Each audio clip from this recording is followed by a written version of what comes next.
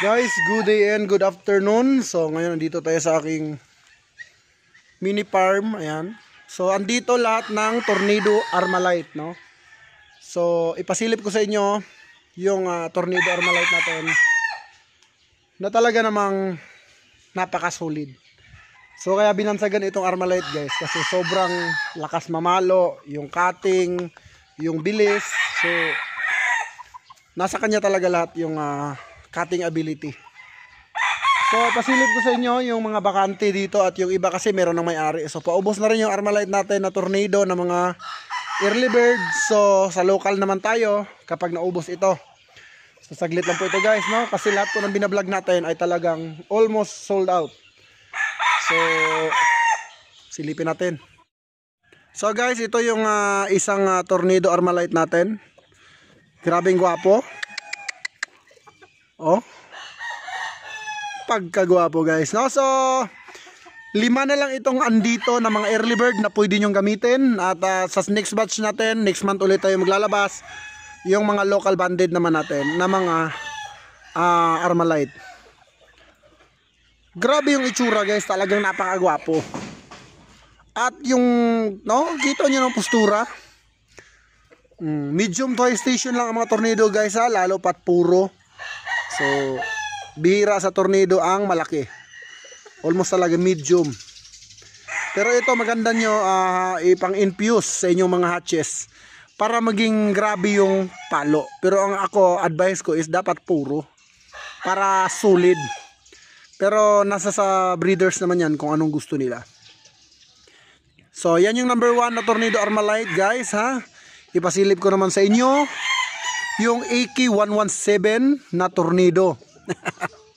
Let's go. So dito, guys, makikita nyo yung ating tinawag na AK117. Kung saan grabe itong cutting nito. Talagang nako. Ay inang. Ayan. Yan yung binansagan kong AK117. At saglit lang po ito, guys, no? Siguro mga after ng upload ko, mga bilang ka lang mga 2 hour, wala na po ito. Kaya kung nangangarap ka na magkaroon ng Tornado na puro F1 Mount Banahaw, kita nyo naman sa itsura. Tingnan mo yung palong, tayong tayo. Ayan. At napakagwapo. Siyempre hindi lang gwapo, dapat magaling din. Then meron pa ako ditong ipapasilip na isang bloodline kung saan ang ating John Bishop ng Mount Banahaw ay nagsisimula ng gumire. Ay inang. Napakagwapong John Bishop nito dahil maganda yung kanyang sukat. So ito lang muna ang ilalabas natin sa John Bishop, guys, at susubok muna tayo. Ayan, grabe. Pero yung Tornado talaga, guys, oh. Kita mo naman yung postura. So before ako umalis dito, guys, i-upload natin to. Napakagwapong manok, no? So guys, kung ikaw ay mag-aalaga, tapos yung inalagaan mo sinyalado, yung pinanghahawakan mo sinyalado, manok ni lolo, manok ni tatay, ay aba, mag-isip ka na. Dahil ang hudyat niyan o ang kalalabasan niyan, wala rin mangyayari. Eto, guys, bigyan ko kayo ng clue. Nag-alaga kayo ng manok na mga mahihinang nilalang at walang quality.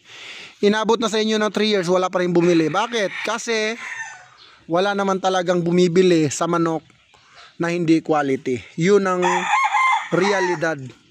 Kahit ikaw ay small time backyard breeder, pag maganda ang manok mo, maraming bibili sa'yo. Kung ikaw man ay fighter, madali kang sumikat at malay mo, isa ka sa maging Don Ramon.